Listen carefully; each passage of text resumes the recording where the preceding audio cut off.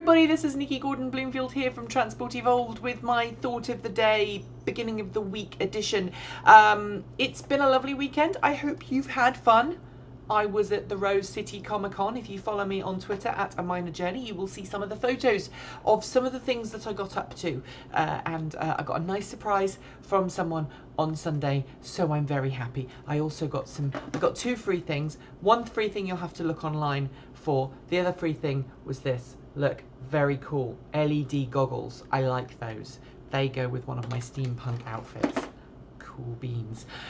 You don't want to know what I got up to this weekend, but you do want to know about my thought of the day. But before I do that, I want to talk to you about National Drive Electric Week, which of course is happening this week right now. I've got something in my face, I'll move it away. Drive Electric Week, National Drive Electric Week, is held all over the US, all over Canada, and all over the world actually. There are some people in Europe taking part in it, and it's the idea behind it is that you can go to an event and learn about electric cars firsthand, not from car salespeople, which is the normal way that most people find out about new cars, but from people who own those cars themselves, drive them on a daily basis. I did say that I was going to be at a National Drive Electric Week event in Oregon this coming Saturday. Unfortunately, my RAV4 EV is still broken, so I won't be going to that. I'll be raising money for charity instead at a different event just down the road. So please don't get cross with me if you don't see me there. But if you want to get involved, go to www.driveelectricweek.org and you can find out an event near you. And there are loads and loads of events. It's going to be the best and biggest National Drive Electric Week ever. Started on Saturday and it runs all the way through to the end of next weekend. So get involved.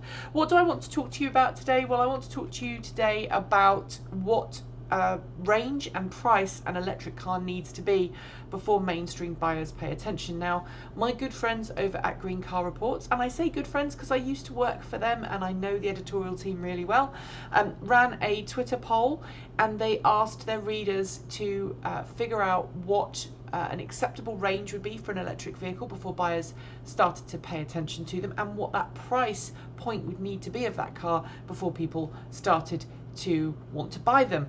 And the poll results unequivocally came back 200 miles was the point at which people will start to pay attention to electric cars, which is great because we've got some new 200-mile electric cars on the way this year. Obviously, the Chevrolet Bolt EV coming out this fall, but we've also got the Tesla Model 3 coming out next year, and they are in the sort of the $35,000 to $40,000 price range, depending on how you spec them. They'll go over that a little bit as well. Of course, you've also got the Tesla Model S and Tesla Model X, but they're so expensive that your average Joe can't afford them unless they're very good at accounting, have a massive, unusual, unexpected tax bill that they can make use of, or some other loophole that most people wouldn't be able to get to exploit.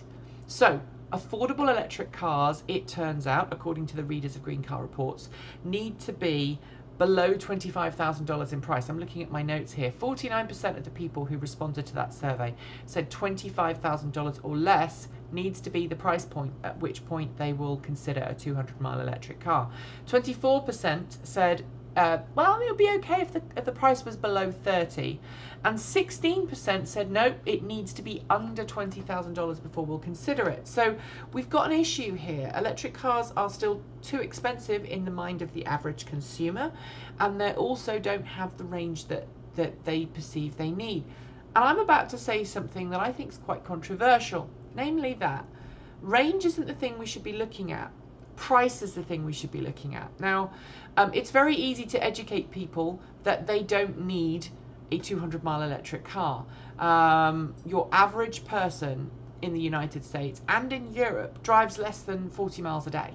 And so you don't need a car that can do more than 40 miles a day because you're going to be driving home and plugging in overnight most of the time, unless you live in an apartment complex. That's slightly different. But if you've got a place to charge off-road, which a lot of people do have, you can drive your sub 100-mile car home, plug it in, charge it, use it the next day.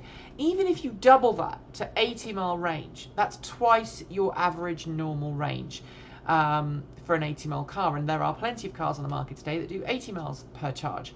Now, I think really 150 miles should be our target point, because that's kind of almost 4 times what you actually need, but it would allow the price to be a little less than what you're seeing with these 200-mile electric cars. And I'm going to argue for the point that automakers should go ahead and make those longer range cars, but they should always offer an electric car at a lower price point that does maybe between 120 and 150 miles per charge, because that enables people who are on lower income, people who are starting off with their first car, or people who have a young family, for example, who can't afford a $30,000 car, to get in effectively on the bottom rung. Think of it as an electric car starter car.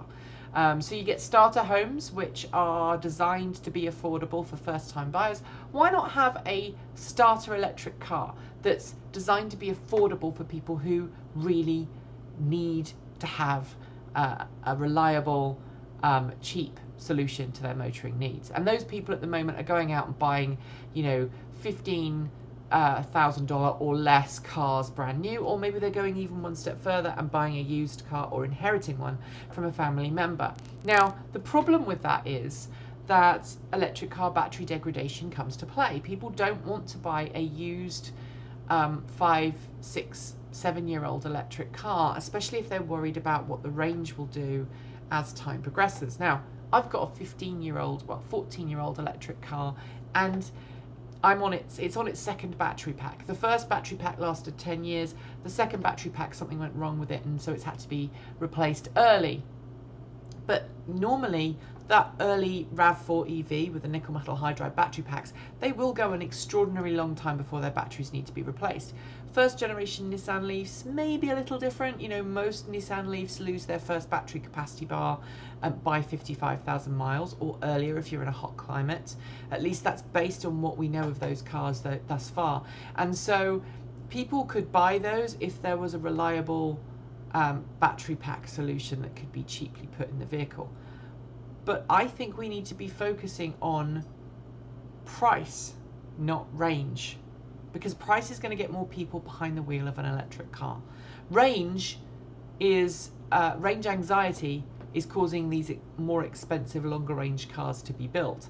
And it's kind of wasteful, really, unless you genuinely need that longer range car. Do I need a longer range car? Well, I'm glad you asked.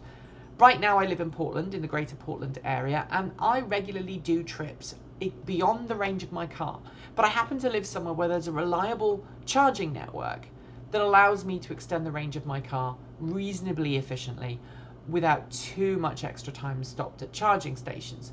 Now, I'm willing to stop at maybe 1 or 2 charging stations to make a trip maybe of 120 miles. Beyond that, even I go, that's a long time to wait to charge. So what's my solution? Well, I hire a car or I borrow a car from someone that can do that longer distance. And frankly, I'd much rather that happened on a regular basis. And automakers made a $15,000 car that only had 100 miles range, but then they said, okay, when you need to go longer distance, we'll help you with a longer range vehicle. Or maybe come up with some other solution that works just as well. Maybe pairing with local transport networks. So going, okay, in some parts of the world, for example, in Germany, you might turn around and say, okay, your 100-mile electric car or 160-kilometer electric car will be good for 99% of your trips. When you need to go longer distance, we've got a great rail network. We'll give you discounted rail tickets, and maybe we'll hook you up with a car at the other end that's electric. So you become this multimodal transportation solution. So my point here is that we're all obsessed with range when we need to be looking at price. And we're all obsessed with having our very own bubble to drive in when there are other multimodal solutions that we should be making use of.